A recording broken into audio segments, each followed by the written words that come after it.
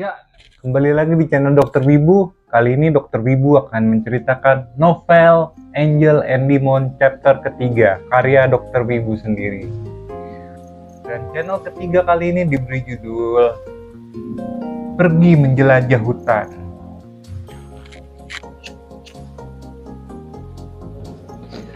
Asya yang sudah mendapatkan izin dari kedua orang tuanya untuk pergi ke hutan setelah melakukan pembicaraan tentang dunia luar, akhirnya memutuskan untuk pergi ke hutan untuk menghilangkan stres Asya sendiri. Kita flashback ke episode yang lalu. Asya tinggal di dunia para fighter. Di dunia yang para fighter memiliki salah satu dari dua elemen, yaitu elemen cahaya dan elemen kegelapan. Elemen cahaya sendiri bisa menciptakan malaikat atau bisa menandatangani kontrak perjanjian dengan malaikat. Sedangkan elemen kegelapan bisa menciptakan iblis atau menandatangani kontrak dengan iblis dari neraka. Nah, Asya memiliki elemen apa? Karena ibunya memiliki elemen kegelapan, sedangkan ayahnya memiliki elemen cahaya. Itu adalah salah satu tabu yang menyebabkan mereka bertiga ngumpet, terpencil di Pulau Ajena. Itulah yang menyebabkan ayah dan ibu Asya tinggal di Pulau Azelna, karena dia melanggar suatu tabu, yaitu dilarang menikah dengan berbeda elemen.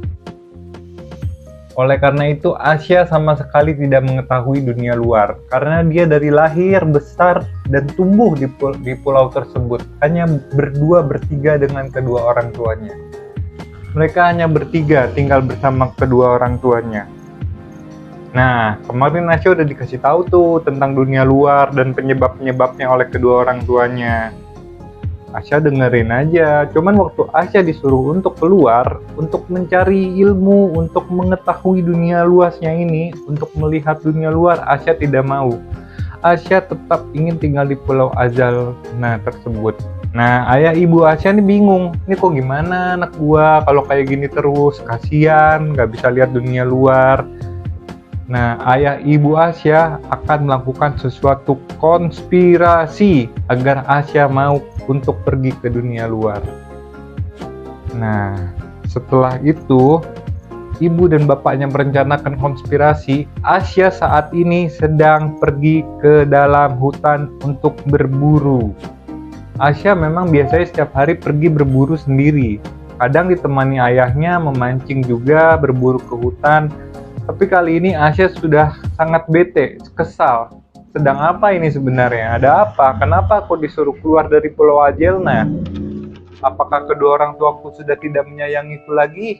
Pikir Asya dalam hatinya. Akhirnya Asya sudah masuk ke dalam hutan jauh. Dia tidak tahu ada di mana, di pedalaman hutan. Dia bingung. Kok ini hutan beda? Perasaan gue tiap hari ke hutan ini. Asya berpikir seperti itu di dalam hatinya. Waktu Asya jalan, kubluk, di bawah pohon yang belum dia pernah temukan sama sekali. Pohon itu besar, dan dia belum pernah melihatnya sama sekali di hutan. Mungkin karena dia terlalu kesal, bete, dia jadi berjalan ke hutan tanpa memikirkan arahnya, tanpa tahu arah navigatornya, sehingga saat ini dia berada di kedalaman hutan yang dalam. Dia tidak tahu dia berada di mana. Nah, dia menggunakan ide untuk meninggalkan jejak.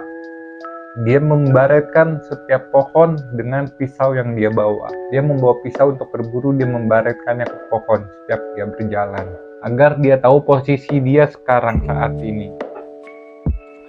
Nah, di bawah pohon itu dia melihat ular hijau. Tapi ular hijau itu memiliki kaki kecil, dan ular hijau itu tampaknya sedang terluka.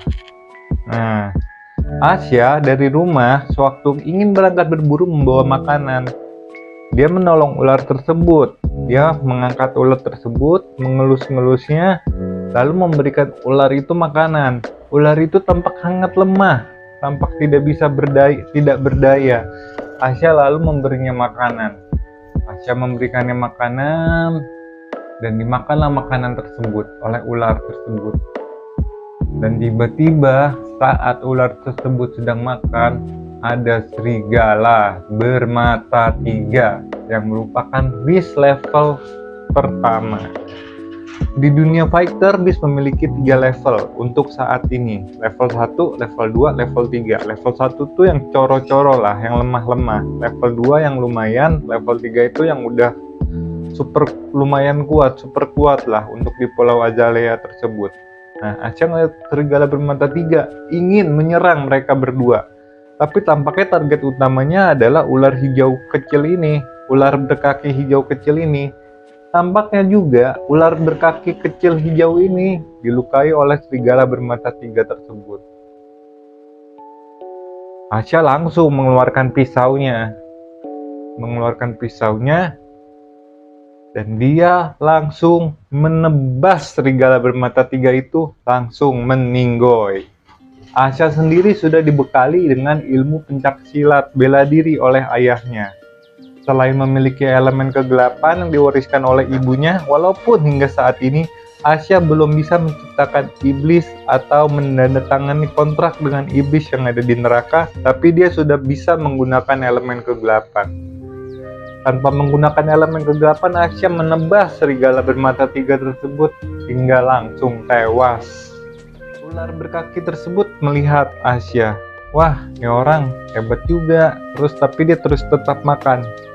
Ular berkaki tersebut memiliki kesadaran juga. Dia tidak bisa berbicara bahasa manusia, tapi dia memiliki kesadaran. Nah, setelah selesai makan dan serigala bermata 3-nya itu sudah meninggal, akhirnya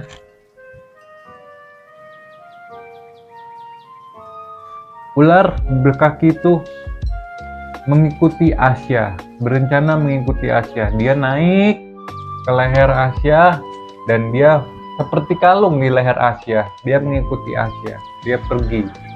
Asya bingung, ini ular ngapain kok ngikutin gua? Dia mau tinggal tapi ini ular ngikutin dia terus. Jadi ularnya udah ditaruh nih di bawah. Terus Asya pergi, ularnya ngikutin, naik lagi ke leher Asya, ditaruh lagi, ularnya ngikutin, naik lagi ke leher Asya, begitu dan begitu terus. Sehingga Asya memutuskan untuk membawa ular tersebut. Dia tidak mendapatkan hewan buruan karena serigala bermata 3 tidak dapat dimakan. Karena serigala bermata 3 ada racunnya, sehingga dia tidak bisa membawa itu ke rumah. Dan hari sekarang tampaknya sudah mulai sore.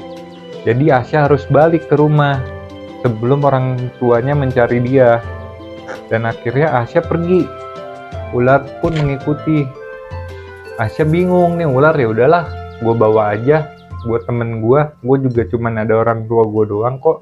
Ular ada kok jadi temen satu lagi. Melihat ular berkaki itu, Asya berinisiatif untuk memberinya nama Ulki atau alias ular berkaki. Asya kemudian pulang ke rumah dan saat sudah mau mencapai rumah, setelah dia mencari jalan, akhirnya dia tahu jalan untuk pulang ke rumah. Dia pulang ke rumah. Saat sebelum sampai di rumah, dia melihat ibunya sedang ada di kebun memetik sayur-sayuran. Dia lalu menyapa ibunya, "Bu, sedang apa?" Ibunya bilang, sedang nyabutin rumput lah. Sedang ngambil sayuran, Asya, ibunya. Lalu Asya membantu ibunya untuk mengambil sayur-sayuran, memanen sayur-sayuran, buah-buahan. Asya membantu ibunya untuk memanen, membantu ibunya. Kemudian ibunya tiba-tiba kaget, tersentak, melihat ada ular hijau kecil berkaki di leher Asya. Ibunya kaget, syok. Ibunya tampaknya tahu bis apa, hewan apa tersebut. Itu merupakan salah satu dari hewan legendaris, tetapi sekarang usianya masih bayi, sehingga kekuatannya tidak dapat diketahui. Ibu Asya bertanya, "Asya, dari mana hewan kecil itu?" "Saya mendapatkannya dari dalam hutan, Bu. Dia sedang terluka." Asya memberinya makan. Ibu Asya mengingat kalau ular berkaki kecil tersebut adalah hewan yang tahu membalas budi, sehingga Ibunya Asya mengetahui hal tersebut, tapi sangat jarang, hewan itu sudah sangat langka. Bahkan di Pulau Azalea mungkin hanya ada satu-satunya, dan bahkan di seluruh dunia pun hanya ada satu ular jenis tersebut. Ibu Asya kaget, tapi Ibu Asya tidak memberitahukannya kepada Asya. Kemudian ibu dan Asya selesai memetik tanaman dan sayur-sayuran, dan mereka berdua akhirnya pulang ke rumah.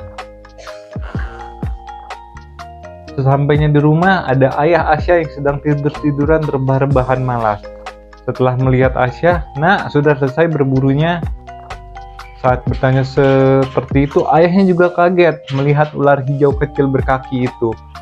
"Asya, dari mana kamu mendapatkan hewan itu?" Ayahnya juga kaget. Ayahnya juga bertanya persis seperti ibunya. Asya kemudian menceritakannya kembali kepada ayahnya seperti dia menceritakan kepada ibunya. Ayah Asya kaget, dan ayah Asya juga tahu itu hewan bis apa.